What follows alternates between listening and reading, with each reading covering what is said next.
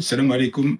Nous allons parler aujourd'hui de la cimentoplastie. C'est une technique de consolidation d'os, en particulier de la colonne vertébrale, du rachis en fait, mais ça peut aussi concerner des lésions au niveau du bassin, des os longs, enfin bref, au niveau du reste du squelette. Alors, en quoi consiste cette vertébroplastie ou cette cimentoplastie plutôt? C'est l'injection de ciment orthopédique liquide par voie percutanée, c'est-à-dire sans ouverture chirurgicale. On arrive donc à injecter du ciment pour consolider la lésion osseuse uniquement par introduction d'un trocar au travers de la peau.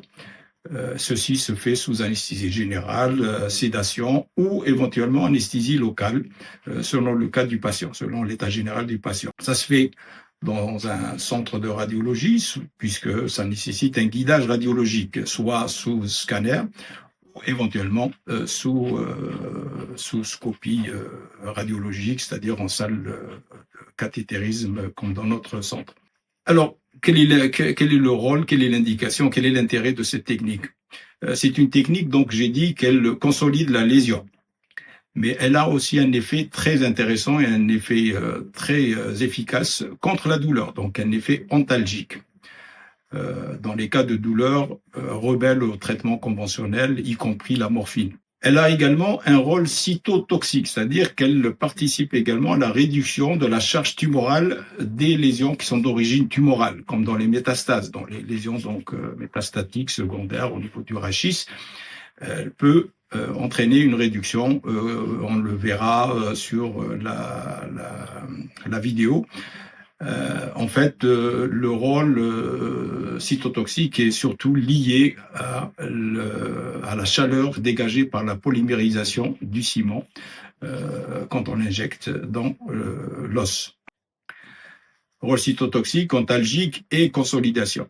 Alors, il y a des lésions de fragilisation donc de l'os qui peuvent être dues à des lésions secondaires métastatiques, comme on vient de le dire, également d'origine fracturaire, fracture soit traumatique, soit des fractures d'origine ostéoporotique chez le sujet âgé.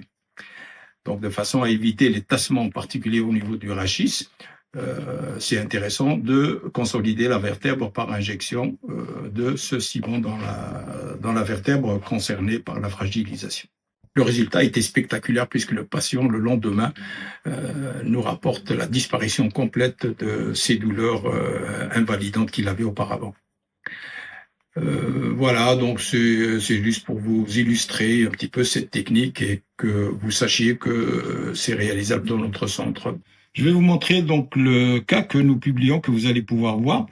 Ici, c'est un bonhomme donc de 48 ans qui présente un néo-digestif avec métastase vertébrale affectant la deuxième et la troisième vertèbre thoracique, comme vous le voyez ici sur cette séquence frontale, avec cette lacune au niveau de la deuxième vertèbre thoracique et fracture de la corticale à droite et une vertebra plana de la troisième vertèbre thoracique.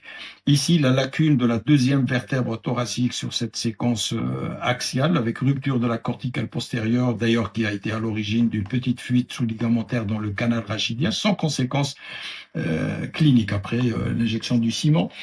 Ici, sur cette séquence sagittale, vous reconnaissez ici la lacune de la deuxième vertèbre thoracique et la vertebra plana de la troisième vertèbre thoracique.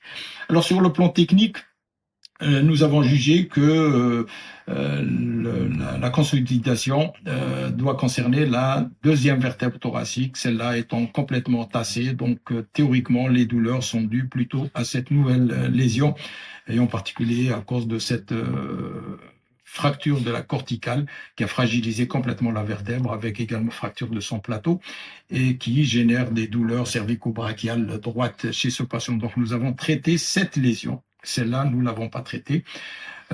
Donc, nous avons injecté du ciment dans cette lacune somatique par voie postérolatérale droite extra-pédiculaire. Donc, entre en fait la côte ici et le massif articulaire de la vertèbre avec à l'aide d'un trocar par voie percutanée sous guidage radiologique,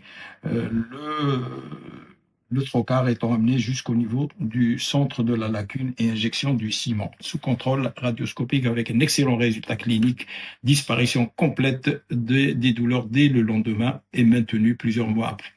Voilà, je vous remercie. Bonne lecture.